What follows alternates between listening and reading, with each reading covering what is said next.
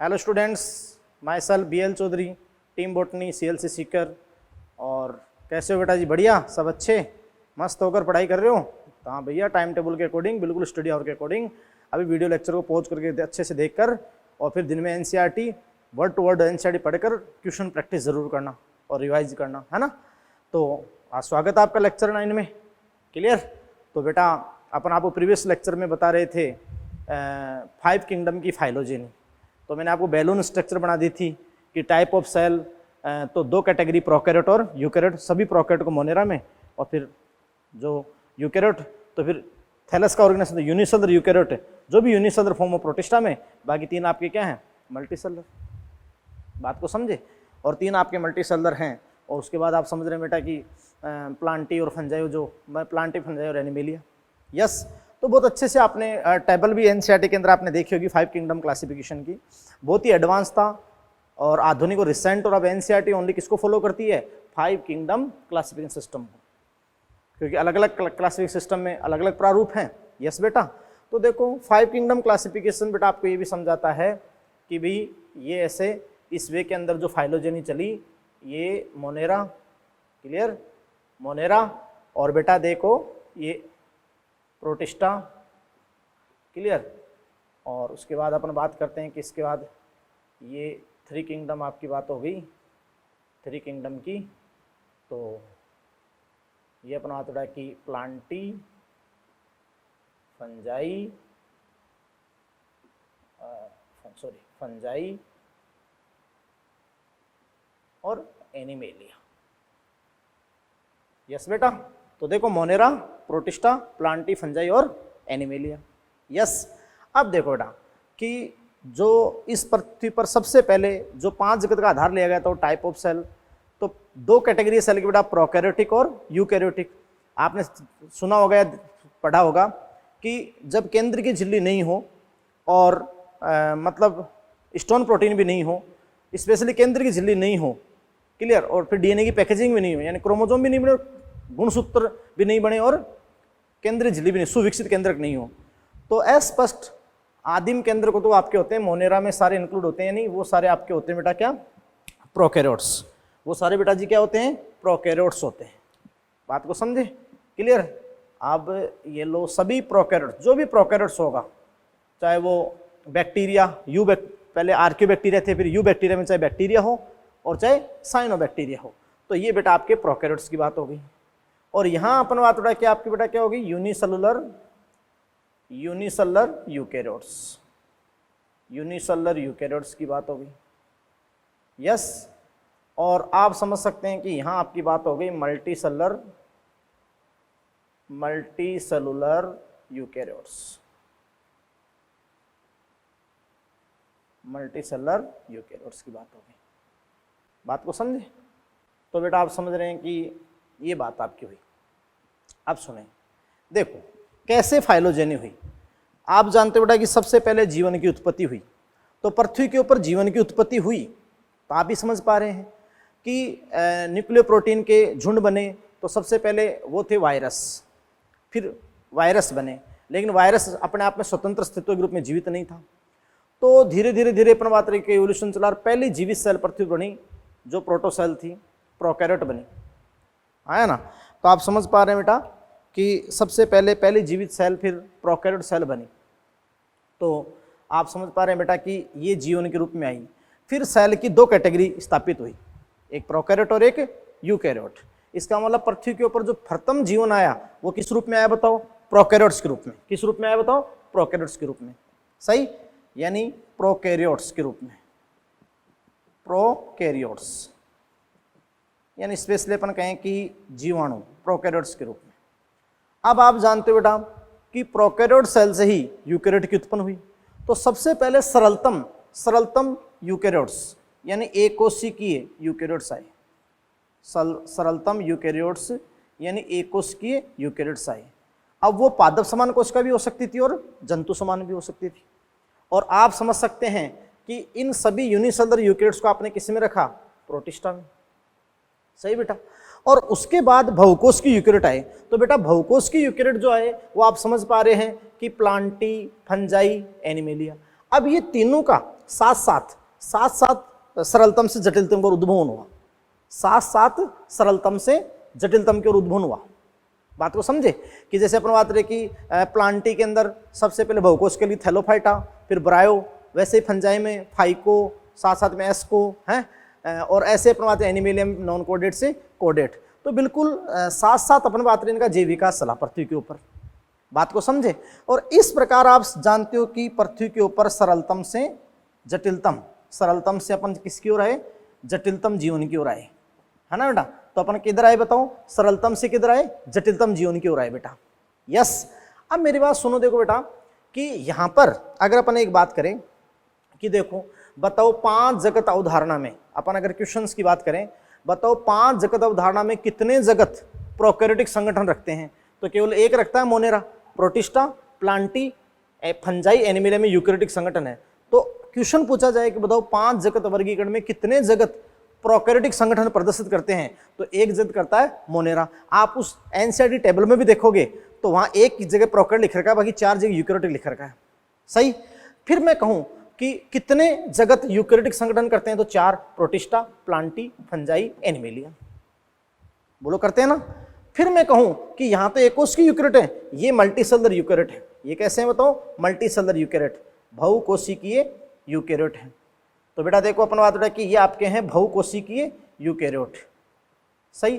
तो बेटा जी अपन बात रहे कि बहुकोशिकीय यूकैरियोट्स हो गए, तो क्वेश्चन पूछा जाए कि 5 जगत अवधारणा में कितने जगत बहुकोशिकीय यूकैरियोट हैं, तो 3 जगत है, प्लांटी, फंजाई, एनिमेलिया। क्वेश्चन हो गए, 3 क्वेश्चन हो गए। कितने जगत प्रोकैरियोटिक संगठन, 1, मोनेरा। कितने जगत एकोष्कीय यूकैरियोटिक संगठन, तब तो 1 प्रोटिस्टा। लेकिन कितने जगत यूकैरियोटिक संगठन, तो 4। और कितने बहुकोशिकीय यूकैरियोटिक संगठन, तो 3। बोलो बोलो। हाँ। अब सुनो देखो बेटा, यहां पर इस 5 जगत के अंदर इस किंगडम प्रोटिस्टा को मध्य जगत कहा गया, मध्य जगत, है ना। और आपको बैलून में पता लगा होगा, जब मैंने पहले वाला आपको आरेख बताया था कि उसके अंदर मध्य जगत कौन है, प्रोटिस्टा। कैसे, इस प्रोटिस्टा के एक हाथ पर क्या है, प्रोकैरियोटिक संगठन मोनेरा, और दूसरे हाथ पर क्या है, बहुकोशिकीय यूकैरियोटिक संगठन। बात को समझे। तो मध्य की कड़ी क्या होगी, प्रोटिस्टा। यानी सीधी सी बात है कि 5 जगत अवधारणा का मध्य जगत कौन सा है, प्रोटिस्टा है, जो किस किस को लिंक करता है, वो एक हाथ पर प्रोकैरियोटिक संगठन को और दूसरे हाथ पर बहुकोशिकीय यूकैरियोटिक संगठन को। और अगली बात क्या है कि जो सभी बहुकोशिकीय हैं, चाहे पादप हो, चाहे कवक हो, चाहे एनिमेलिया हो, वो किससे उद्भूत हुए हैं, प्रोटिस्टा से। वो किससे निकले हैं, प्रोटिस्टा से, है ना। क्योंकि बेटा देखो सीधी सी बात है कि जो मोनेरा है, उस मोनेरा के अंदर सभी प्रोकैरियोट आए, तो प्रोकैरियोट अधिकांशतः विषमपोषी थे, लेकिन कुछ जीवाणु स्वपोषी भी थे, रसायन स्वपोषी और प्रकाश स्वपोषी। फिर आप समझ सकते हो कि प्रोकैरियोट के अंदर प्रोकैरियोट कोशिका गई तो केंद्र की झिल्ली बनी, तो यूकैरियोटिक बनी। अब अगर मान लो प्रकाश संश्लेषी चली गई तो पादप कोशिका बन गई, एक कोशिकीय, वरना जंतु बन गई। सही। फिर पादप समान एक कोशिकीय यूकैरियोटिक, प्लांट लाइक, है ना, जैसे डायटम, डायनोफ्लेजेट, एनिमल लाइक, प्रोटोजोआ, और ऐसे कवक, स्लाइम मोल्ड। तो प्रोटिस्टा में पादप समान भी था, जंतु समान भी था, कवक समान भी था। अब उस प्रोटिस्टा के अंदर सारे उस प्रोटिस्टा से निकल गए, फिर वो तीन निकल गए। अपन बात रहे कि उन एक कोशिकीय यूकैरियोट से 3, पादप समान से पादप, प्लांटी, जंतु समान से एनिमेलिया, और फंजाई आपका निकल गया। बोलो हाँ या ना। बात को समझ पा रहे हैं। यस। तो आप समझ पा रहे हैं बेटा कि यहां पर मध्य जगत कौन है, प्रोटिस्टा। यस। और ये तीनों बहुकोशिकीय यूकैरियोटिक इससे निकल गए। फिर अपन और क्वेश्चन बनाते हैं 5 जगत से। बहुत सारे क्वेश्चन दिमाग के अंदर है, यस और नो। और सारणी से भी आप बना सकते हो। कैसे बना सकते हो, ये लो। अब सोचो कि देखो बेटा, जब अपन मोनेरा पढ़ेंगे, जीवाणु पढ़ेंगे, तो जीवाणु के अंदर तो स्वपोषण भी और विषमपोषण भी। अब स्वपोषण में प्रकाश स्वपोषण भी और रसायन स्वपोषण भी। बात को समझे। तो ये यहाँ इनसे तो स्वपोषी भी रिलेट है, और प्रोटिस्टा में भी पादप समान भी और जंतु समान भी, तो इनमें भी स्वपोषी भी और विषमपोषी भी है। लेकिन यहाँ पर केवल स्वपोषी है 100%, ये विषमपोषी है लेकिन अवशोषणी पोषण है, और ये आपका क्या है, विषमपोषी है, अंतर्ग्रहण है। बोलो हाँ। अब क्वेश्चन आता है कि 5 जगत अवधारणा में स्वपोषण कितने जगतों से संबंधित हो सकता है। तो आ जाओ बेटा, 5 जगत अवधारणा में स्वपोषण मोनेरा जगत से 1, 2 और 3। कितने जगत से स्वपोषण कितने से रिलेटेड हो सकते हैं, 3 से। लेकिन पूर्ण स्वपोषी जो बहुकोशिकीय यूकैरियोट और पूर्ण स्वपोषी कौन है, प्लांटी। क्लियर। फिर विषमपोषण कितनों से हो सकता है, 1 2 है, विषमपोषण आपका हो सकता है 1 2 3 4, और पूर्ण विषमपोषी ये 2 हैं, लेकिन अवशोषणी है और अंतर्ग्रहण है। सही। अब अपघटक इससे हो सकता है, मोनेरा से जीवाणु होते हैं, प्रोटिस्टा में केवल स्लाइमोल्ड होते हैं और फंजाई। तो अपघटक कितनों से हो, डिकम्पोजर कितनों से हो सकते हैं, 3 से हो सकते हैं। लेकिन पूर्णतः डिकम्पोजर, जैसे मान लो कि बहुत सारे डिकम्पोजर किससे होते हैं, फंजाई से होते हैं। पूर्णतः नहीं, बहुत सारे डिकम्पोजर, बोलो हाँ है ना, यस। तो बेटा देखो 5 जगत अवधारणा का मध्य जगत कौन है, प्रोटिस्टा। और सभी बहुकोष के यूकेरियोट का उद्भवन जो पादप जंतु किससे हुआ, प्रोटिस्टा से हुआ। बात को समझे, यस। और पृथ्वी पर सबसे पहले सरलतम यानी प्रोकैरियोट कोशिकाएं, फिर प्रोकैरियोट से क्या हुई, यूकेरियोट, तो यूकेरियोट में सरलतम आए, फिर यूकेरियोट से बहुकोष के यूकेरियोट बनते गए और जटिलता आगे बढ़ती गई। बोलो है या नहीं, यस बेटा, क्लियर। तो ये अपन बात बेटा कि आपका मैंने 5 जगत का आपको बैलून से बनाकर आपको पूरी फाइलोजेनी आपको मैंने बता दी, यस बोलो। और बेटा अब क्या कह रही है एनसीईआरटी कि भाई अब आपकी एनसीईआरटी ये कह रही है कि देखो 5 जगत अवधारणा के अंदर सभी प्रोकैरियोटिक संगठन वाले इसमें आएंगे, जबकि पहले ये जो जीवाणु, बीजीए या जो कवक थे वो किसमें थे, प्लांट्स में थे, सेल वॉल के कारण। ठीक है, 2 जगत में अपने आप आ जाओ कमियां, सारी दूर हो गई, देखो 2 जगत की कमियां कि प्रोकैरियोट और यूकेरियोट में विभेदन हो गया, पहली कमी दूर हो गई। एक कोश के और बहुकोश के अलग अलग हो गए, दूसरी कमी हो गई। तीसरी कमी फंजाई जो पूर्ण विषमपोषी था, क्लियर, जो प्लांटी के साथ था, क्लियर, और दोनों में सेल वॉल थी, तो सेल वॉल का रासायनिक संगठन, अगर दोनों में कोशिका भित्ति थी तो बेटा ध्यान सुनो कि सेल वॉल का रासायनिक संगठन भिन्न भिन्न था। इसमें काइटिन की थी, क्लियर, और इसमें किसकी थी, सेलुलोज की थी। तो अब ये फंजाई प्लांटी से हो गया मोड ऑफ न्यूट्रिशन, पोषण के तरीके के आधार पर। बोलो यस। अब बेटा जी अपन बात करते हैं तो फंजाई एक यूनिक, अलग ही, एक डिस्टिंक्ट, एक पृथक जगत बन गया फंजाई। और एनिमले से भी लग गया कि भी संपोषित थे दोनों, लेकिन यहाँ अवशोषणी पोषण था, अवशोषणी अपघटक थे, और ये क्या थे, उपभोक्ता, अंतर्ग्रहण पोषण हो रहा था। सही बोलो। तो इस प्रकार फंजाई अलग हो गए, यस। फिर बात आई बेटा कि देखो ये जो क्लेमाडोनास, क्लोरेला जो एकोस के सवाल है, वो वैसे विवरण तो उनका हरे सवालों में स्पायरोगारा, यूलोथ के साथ पढ़ा जाता है, लेकिन अगर 5 जगत की बात आए तो क्लेमाडोनास और क्लोरेला कहाँ आएंगे, किसमें आएंगे बताओ, बोलो बोलो, यस और नो। वो आएंगे अपन बात रहे किसमें, प्रोटिस्टा में।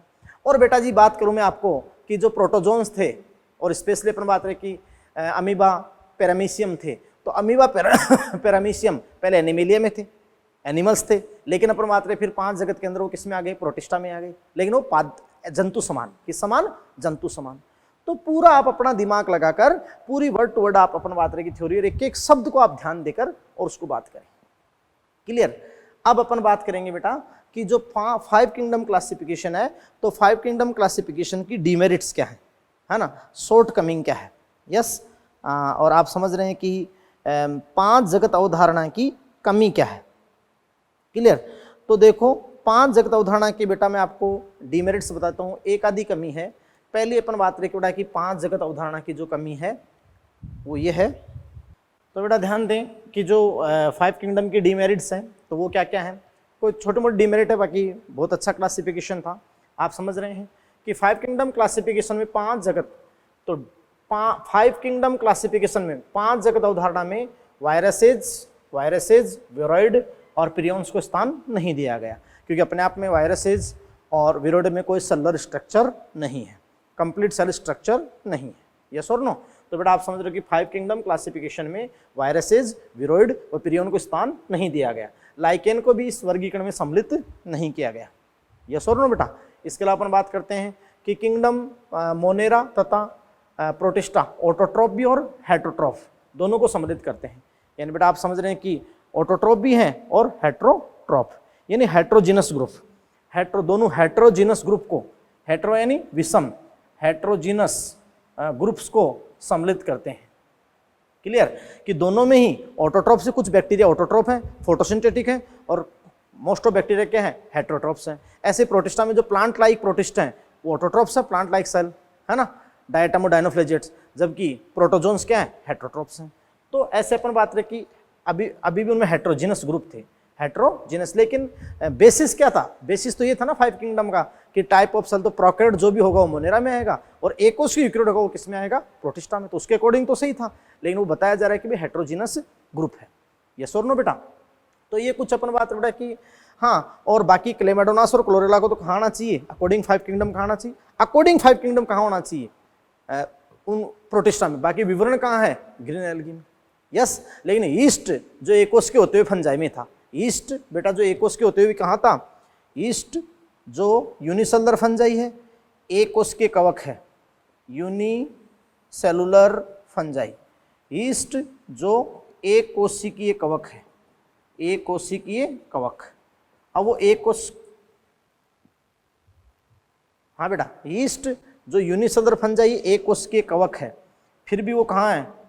फंजाई ग्रुप में। किस ग्रुप में बेटा? फंजाई में। बाकी अकॉर्डिंग 5 किंगडम कहाँ होना चाहिए था? प्रोटिस्टा में। ये एक डीमेरिट थी।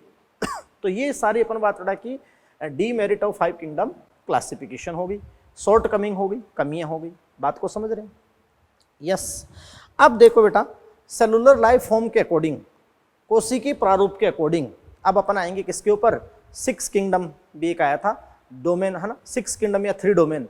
तो उसके बारे में कुछ बात कर लेते हैं। क्लियर? हाँ, तो देखिए बेटा जी, 6 किंगडम या 3 डोमेन ऑफ लाइफ। तो फर्स्ट ऑफ ऑल हम बात तो ये करेंगे कि 6 किंगडम क्लासिफिकेशन या 3 डोमेन्स ऑफ लाइफ। लाइफ के 3 डोमेन, 3 डोमेन प्रणाली। Yes, 3 domains of life. Clear? 3 domain system को कार्ल वूज ने, किसने बेटा? कार्ल वूज ने 1990 में प्रतिपादित किया।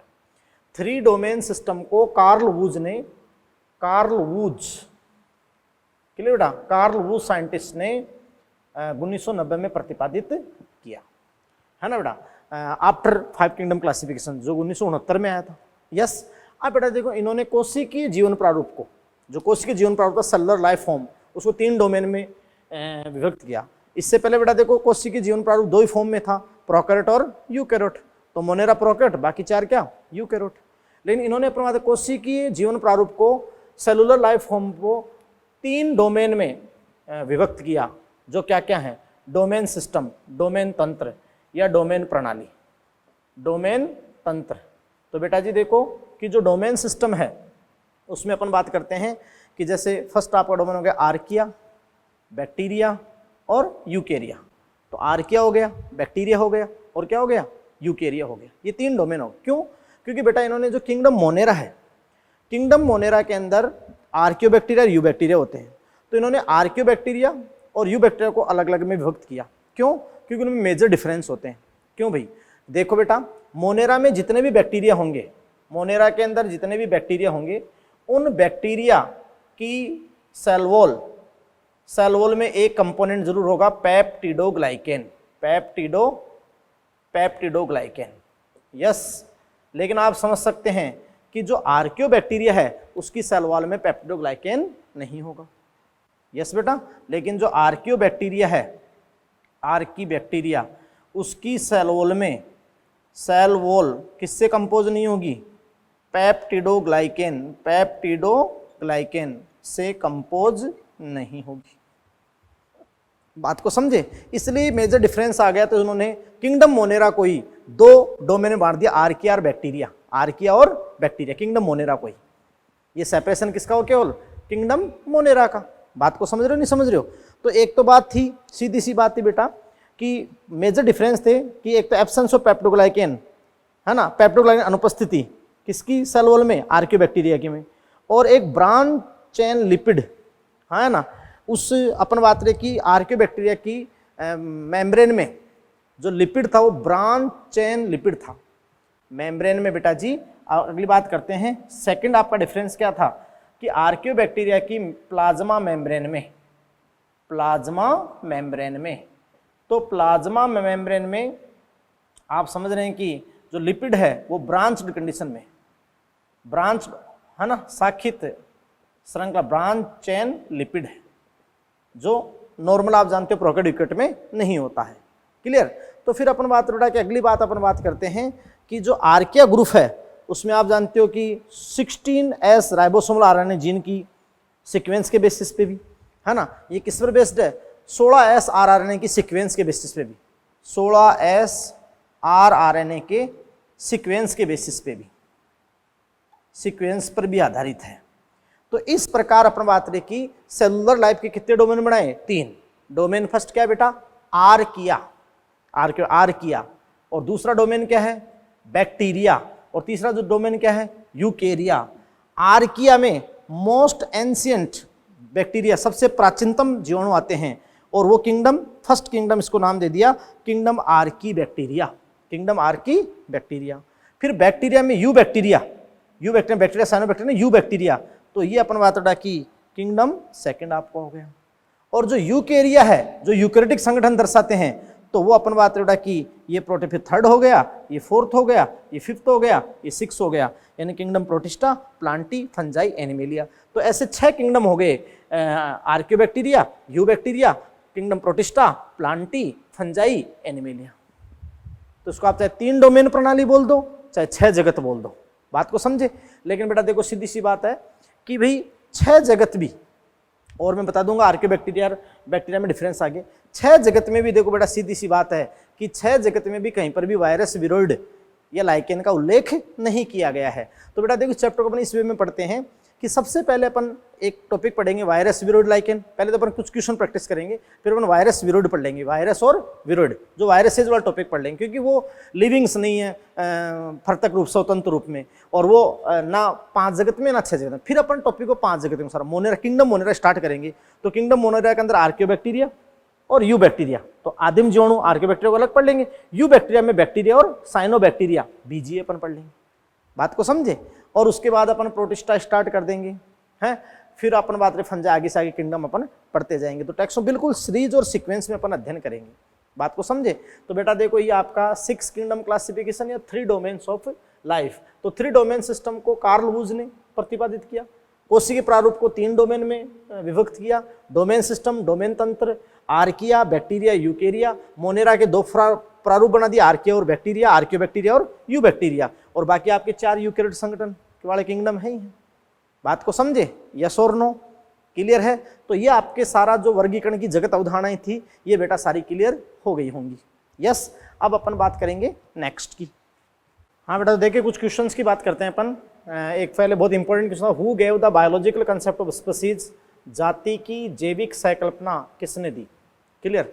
तो बेटा जाति की जैविक संकल्पना किसने दी? तो आपके सामने Charles Darwin, Carolus Linnaeus, Ernst Mayr and Julian Huxley. तो आपको पता है कि who gave the biological concept of species, Ernst Mayr. किसने दिया बताओ? Ernst Mayr. और मैं आपको बता दूं कि अर्नेस्ट मेयर 20वीं सदी के डार्विन बोला गया उनको। 3 बार बायोलॉजी का ट्रिपल क्राउन ऑफ बायोलॉजी उनको मिल चुका है, और 20वीं सदी का डार्विन को बोला गया। अर्नेस्ट मेयर ने दिया था क्या? बायोलॉजिकल कंसेप्ट कि सामान्य लगभग समान जीवों का समूह आपस में अंतर प्रजनन कर सके, इंटरब्रीड कर सके। क्लियर। तो अकॉर्डिंग दिस क्वेश्चन आंसर कौन सा हो जाएगा बेटा? 3rd। यस। ऐसे ही which one of the following is not the basis of 5 kingdom classification? निम्न में से कौन सा एक, which one of the following, निम्न में से कौन सा एक 5 जगत अवधारणा का आधार नहीं है? क्लियर। तो आप जानते हो टाइप ऑफ सेल है, क्योंकि सेल की 2 कैटेगरी थी, प्रोकैरियोट और यूकैरियोट। थैलस ऑर्गेनाइज, थैलस संगठन है, एक कोशिकीय और बहुकोशिकीय।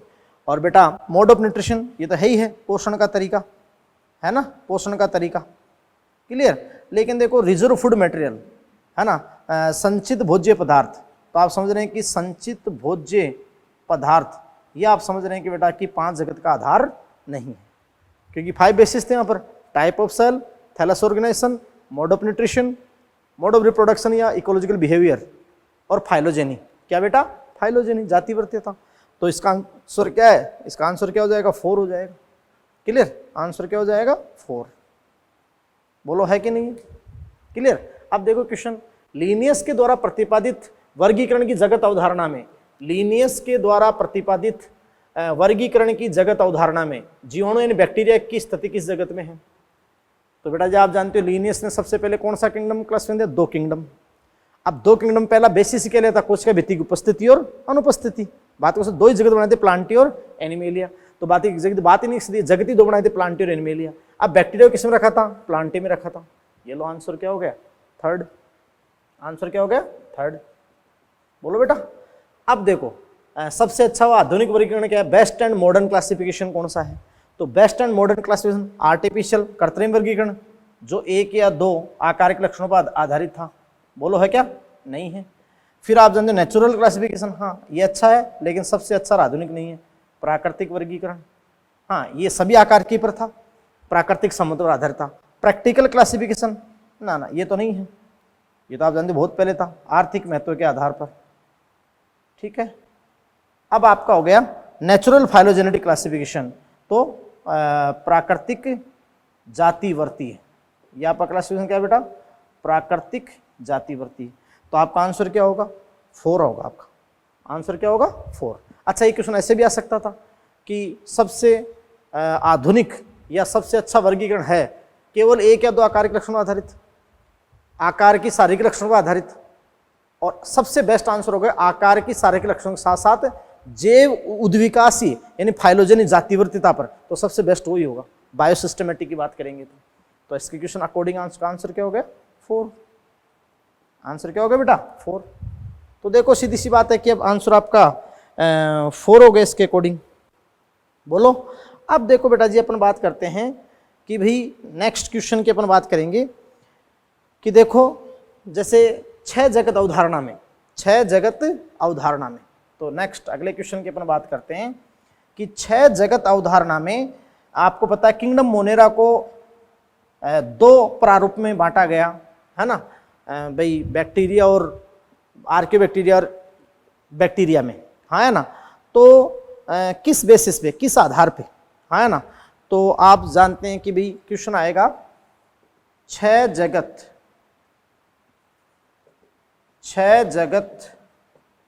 अवधारणा में जगत मोनेरा को किस आधार पर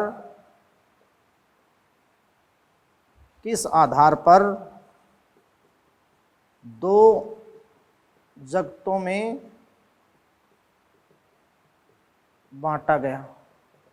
तो बोलो भाई 6 जगत वर्गीकरण आधार पर किस बेसिस पे, है ना, जगत मोनेरा को प्रमाण 2 जगतों में बांटा गया। तो फर्स्ट आपका क्या था इसके अंदर? Cell wall composition. पहला क्या था बेटा? सेल वॉल कंपोजिशन, कोशिका भित्ति का संगठन। सेल वॉल कंपोजिशन, कोशिका भित्ति का संगठन। बोलो बेटा, कोशिका भित्ति का संगठन हो गया।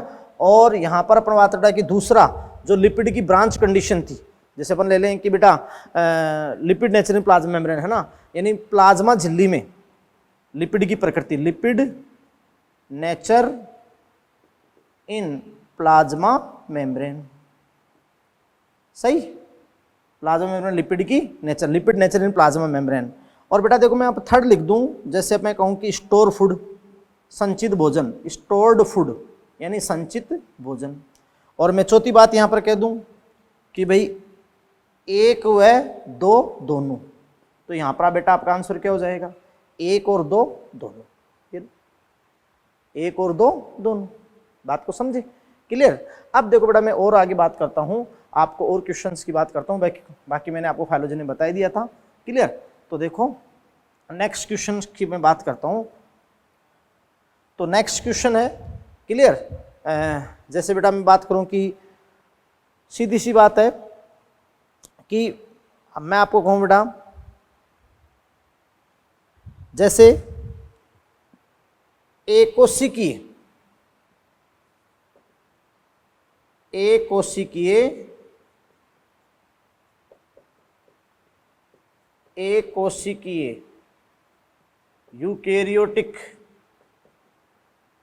यूकेरियोटिक संगठन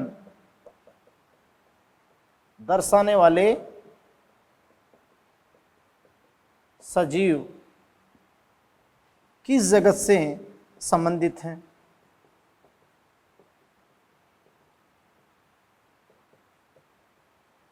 तो बेटा आप जानते हो जो भी एकोशी यूकेरियोटिक संगठन रखेगा, तो अब मैं यहाँ पर ऑप्शन बता रहा हूँ आपको, बताओ मोनेरा से संबंधित हैं, प्रोटिस्टा से संबंधित हैं, या फंजाई से हैं, और या एनिमेलिया से हैं। तो आप समझ रहे हैं कि जो भी एकोश की यूकेरियोटिक संगठन रखेगा, चाहे वो पादप समूह चाहे जंतु समूह, प्रोटिस्टा से।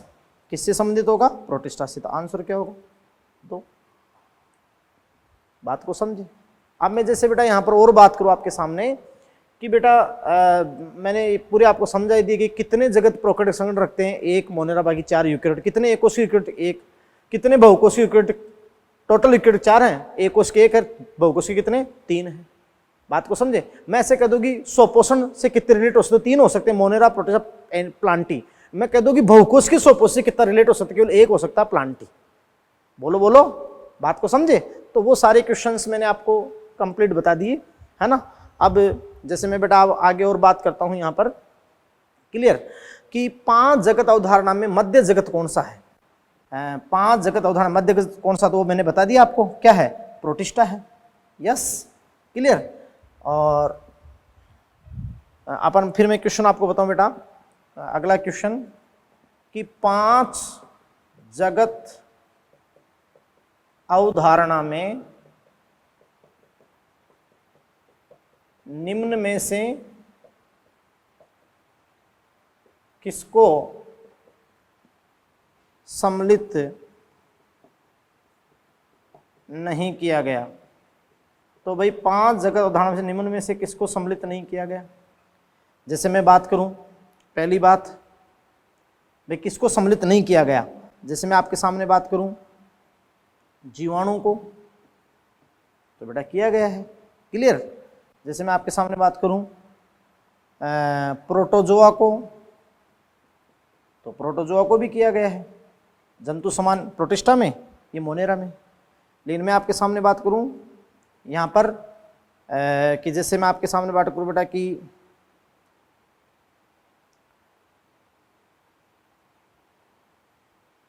फंजाई की बात कर लूं, फंजाई यानी कवक को किया गया है।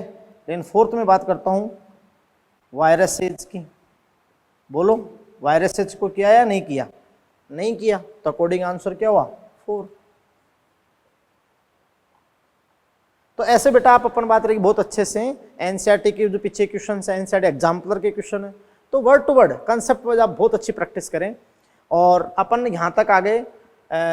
अब मैं आपको बात करना चाहूँगा बेटा कि जैसे अगर अपन 5 किंगडम के अकॉर्डिंग एनसीईआरटी शुरू करें, मोनेरा शुरू करें, तो आदिम आर्कियोबैक्टीरिया, यू बैक्टीरिया, तो फिर बैक्टीरिया, साइनोबैक्टीरिया।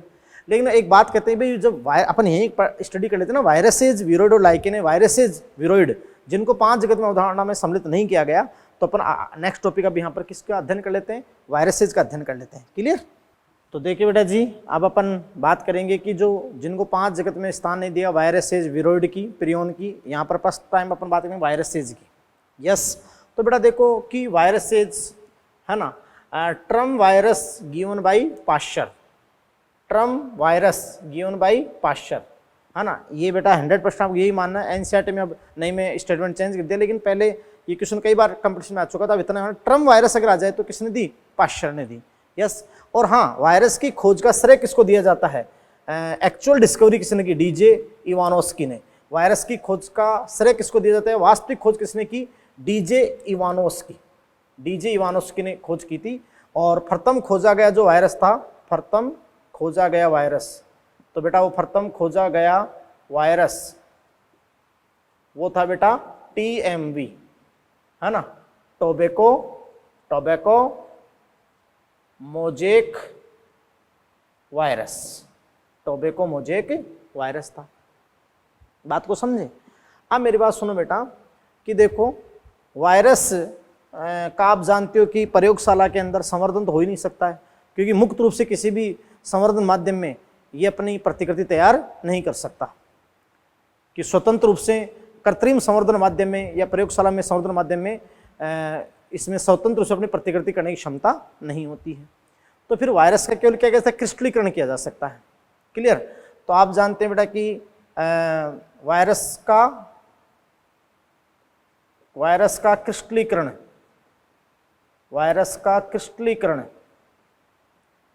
किसने किया? WM स्टानले ने किया वायरस का क्रिस्टलीकरण।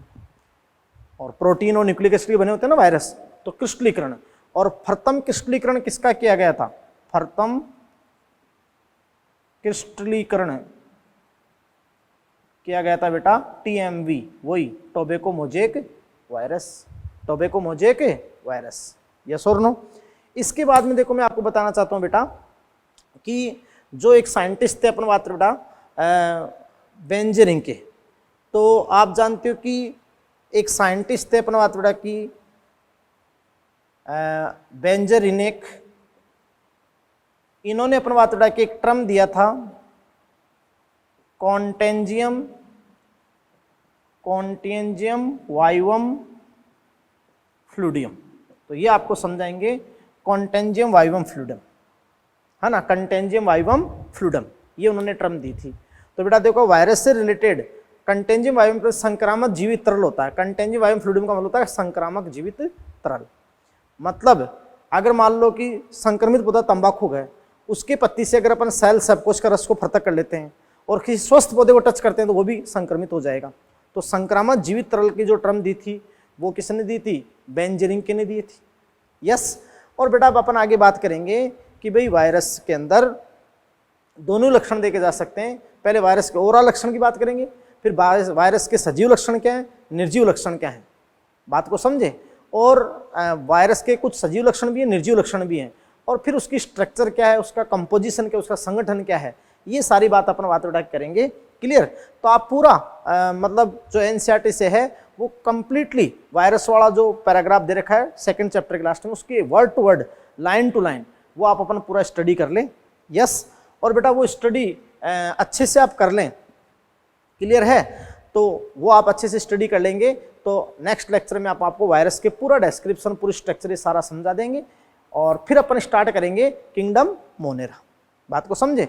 तो बेटा आप फर्स्ट चैप्टर के पूरा थ्योरी पढ़कर सारे क्वेश्चंस कर लें और सेकंड चैप्टर के अंदर ये वायरस को पहले पढ़ लें, बात को समझ रहे हो, क्लियर।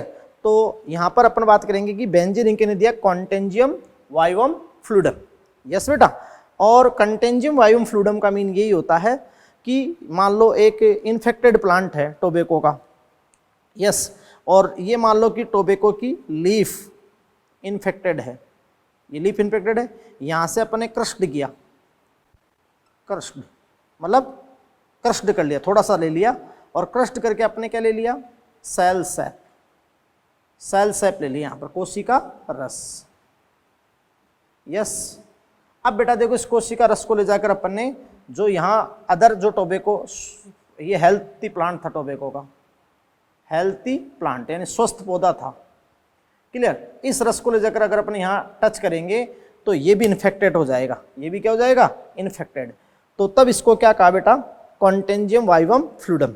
खैर ये अपन टर्म नेक्स्ट लेक्चर में और अच्छे से इसको समझेंगे, वर्ड टू वर्ड अपन समझेंगे बेटा, और फिर अपन आगे बात करेंगे, है ना। Thank you very much.